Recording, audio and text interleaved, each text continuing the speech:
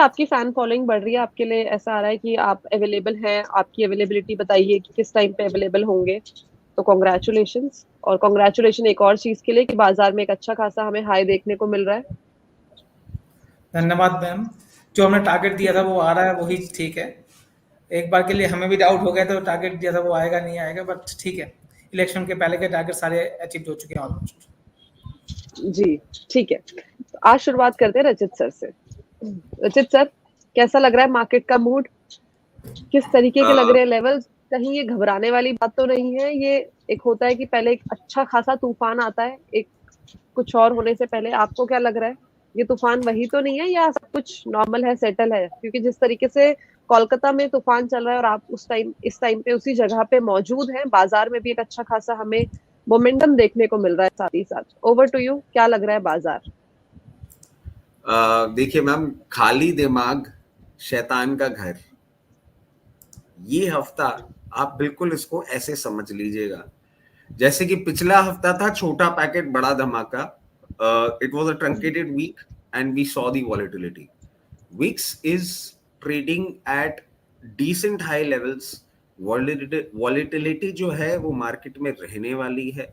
ये आपका जो वीक है ये बहुत सारी चीजों के लिए इंपॉर्टेंट होने वाला है, बिकॉज ये आखिरी हफ्ता है आपका द ग्रैंड फाइनल इलेक्शंस के पहले। जिनको इलेक्शंस के बाद के लिए पोजीशन बनानी है उनके लिए भी ये इंपॉर्टेंट वीक है। जिनको इलेक्शंस के पहले पोजीशन लिक्विडेट करनी है उनके लिए भी ये इक्वली इंपॉर्टेंट वीक है। मार्केट के लिए हम बार बार बोल रहे हैं, वापस मैं वही चीज बोलूंगा, बहुत ज्यादा एनालाइज मत करिए। लेवल्स देखने को मिल सकते हैं, नीचे के लेवल्स देखने को मिले तो भी डरने की बात नहीं है, ऊपर के लेवल्स देखने को मिले तो आप ओवर एक्साइटेड मत हो जाइए कि ये 400 क्या, ये तो 450 भी कर देंगे, ऐसा कर देंगे वैसा कर देंगे। Nothing of that sort is happening. You have to be a very smart player. If you are getting decent price, please book profits. if the market falls you get a good bet, please invest into it। ये market बहुत ज्यादा दिमाग लगाने का इस हफ्ते नहीं होने वाला है, क्योंकि आप आई बिलीव सैटरडे से आपके एग्जिट पोल आएंगे और उसके बाद मंडे को एग्जिट पोल के पहले, एग्जिट पोल के बाद जो एक ट्रेडिंग सेशन है वो मंडे को है। Tuesday 4 June the final day. बहुत उस टाइम भी वॉलेटिलिटी आपको देखने को मिल सकती है। ट्रेडिंग बेट्स, पर्सनली मैं तो बहुत टाइम से बोल रहा हूँ, don't put your trading bets. इस हफ्ते तो बिल्कुल भी ट्रेडिंग बेट का हफ्ता मुझे नहीं दिख रहा है। बहुत पीसफुली होके बैठिए। नेक्स्ट वीक ऑनवर्ड्स आपको बहुत ट्रेंड्स मिलने वाले हैं मार्केट में, बहुत क्लैरिटी आने वाली है मार्केट के डायरेक्शन की। इस वीक बहुत लाइट होके बैठना है और जहां आपको अच्छे प्रॉफिट्स मिल रहे हैं, प्लीज, मैं बार बार बोल रहा हूं, please book your profits. And अगर कोई बहुत अच्छी इन्वेस्टमेंट बेट भी मिल रही है तो बिल्कुल ली जा सकती है। बहुत ज्यादा कोई ऐसा चेंजेस नहीं आने वाले, बट नोशनल प्रॉफिट के बजाय एक्चुअल प्रॉफिट हो जाए, क्योंकि मार्केट ऑल टाइम हाई पे है। आप चाहे निफ्टी देखें, एक हम लोकेश सर और मेरा एक all time favourite bank Nifty है जो अभी नई ऑल टाइम हाई पे है। उसके अलावा आप देखें सारे ऑल टाइम हाई पे हैं। बैंक निफ्टी भी मैं समझता हूं अब आने वाले टाइम में हो सकता है इस वीक ये भी निफ्टी के साथ मार्चिंग चालू कर दे। यहाँ पे भी आपको अगर अपॉर्चुनिटी मिलती है तो स्लाइड प्रॉफिट बुक कर लेंगे अगर नीचे आता है, क्योंकि वॉलेटिलिटी बहुत रहने वाली है। इसलिए ये बात बोली जा रही है कि अगर नीचे आता है तो जरूर आपको अपॉर्चुनिटी मिलेगी। अच्छे लेवल्स मिल रहे हैं, पुराने आपके इन्वेस्टमेंट्स हैं, लिक्विडेट करने का आपको मौका मिले, अच्छे वैल्यूएशंस मिले, प्लीज बुक प्रॉफिट्स। और ज्यादा इस वीक में ओवररीड या ओवरराइड करने की कोशिश ना करें। ये मार्केट इस वीक शांति से देखने का और ट्रेड नहीं करने का है। जी, ठीक है। तो समझा दिया है कि प्रॉफिट बुकिंग इस टाइम पे जरूरी है, जहां पे भी आपको अच्छे खासे बाजार के लेवल्स देखने को मिले, आप अपना पैसा अपने घर लेके जा सकते हैं। ठीक है लोकेश सर, आपसे उल्टा सवाल है। इसमें एक चीज मैं जी ऐड करना चाहूंगा मैम। आई जी। एम नॉट सेइंग कि आप अपना सारा स्टॉक लिक्विडेट कर दें जिसमें आपको डिसेंट प्रॉफिट हो रहा है। और एग्जाम्पल के लिए बार बार, क्योंकि इस स्टॉक की हम बहुत जगह चर्चा कर रहे हैं, तो जिनके पास 1800 रुपए का एचएल रखा है, आज वो 5200 रुपए पे ट्रेड कर रहा है, it is a good opportunity. Liquidate 20-25% of your share, नीचे आएगा वापस खरीदिएगा। अभी जैसे मैं ज्वाइन हुआ था और मैं अरुण सर की बात सुन भी रहा था जिन्होंने कहा था कि डिफेंस स्टॉक में 20-25% का करेक्शन आएगा, उसके बाद हम इसमें पोजीशन बनाएंगे। तो क्योंकि वॉलेटिलिटी रहने वाली, क्योंकि विक्स इंडेक्स इतने हाई लेवल्स पे है, जहां पैसा बुक हो रहा है एक बार बुक करें और शांति से बैठे। ओवर ट्रेडिंग या ओवर राइडिंग का मार्केट नहीं है जी, ठीक है। तो ये बाजार के ऊपर राय ले ली है, तरीका समझ लिया है कि किस तरीके से कारोबार करना है। ठीक है, moving forward, Lokesh sir, sir से मैंने बोला था कि तूफान आ गया है, अब कोई शांति देखने को मिल सकती है।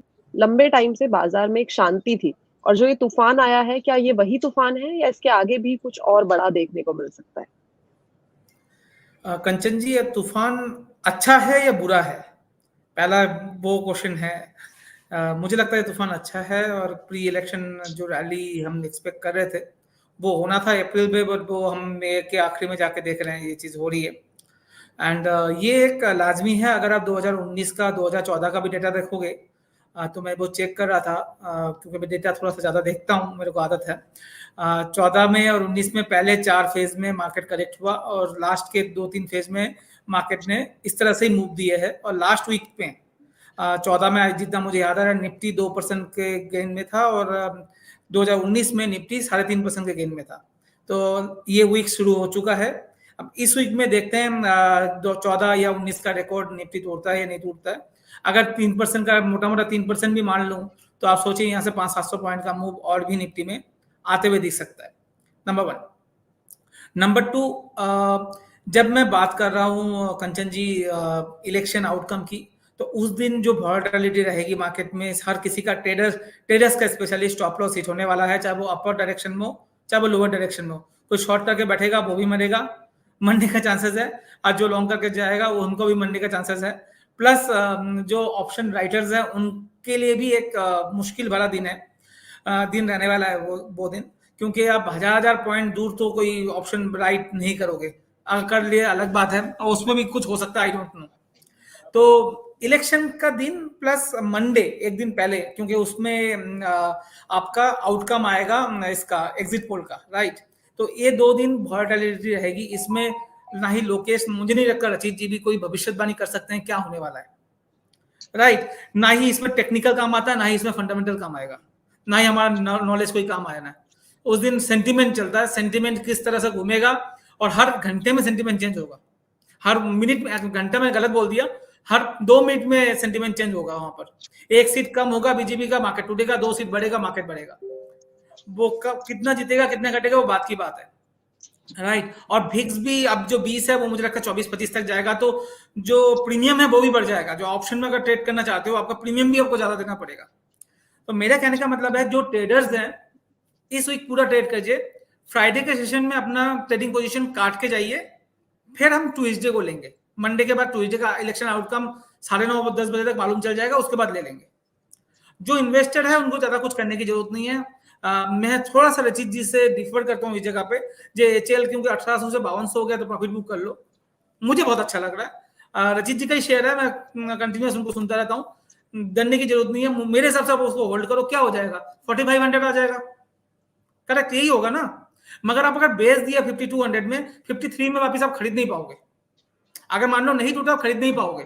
आपके पास अगर अच्छा चीज पड़ा हुआ है, पड़े नहीं तो कोई फर्क नहीं पड़ता 1 दिन 2 दिन में क्या होने वाला है, नंबर 1।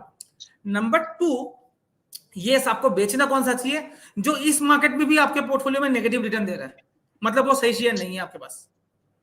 अगर मार्केट लाइफ टाइम हाई में है, सब अच्छा कर रहे हैं, मगर आपका शेयर जो है लास्ट 6 महीने से लेके बैठे और नेगेटिव रिटर्न दे रहा है, तो वो अंडर परफॉर्मिंग शेयर है, या क्वालिटी अच्छी नहीं है, या अंडर परफॉर्म कर रहा है किसी और वजह से। उससे अब निकलिए, उससे जरूरी है निकलना, उससे निकलिए। जो परफॉर्मेंस दे रहा है उसको काटने की जरूरत मेरे हिसाब से नहीं है। प्रॉफिट बुक करके क्या करेंगे, घर पे पैसे तो लाएंगे, कोई बात नहीं, 4500 आ जाएगा, फिर चला जाएगा। मगर आप अपॉर्चुनिटी मिस कर दोगे, 4500 में भी आप खरीद नहीं पाओगे। आपने अगर 5200 में बेचा है, 4500 में भी खरीद नहीं पाओगे, तो आपको 3500 का टारगेट मिलेगा, और जब बढ़ जाएगा अरे वो मिस कर दिया हमने। तो है तो बने रहिए। तीसरा चीज, अगर एक्स्ट्रा कैश पड़ा हुआ है आपको, आपके पास, वो इन्वेस्ट ना करें, वो आप 7 दिन के बाद ही इन्वेस्ट करें। उसके लिए मैं जरूर नहीं बोलूंगा जो आप पैसा लगाइए अभी। अब फॉर मी, अभी तक मैं 100% इन्वेस्टेड हूं।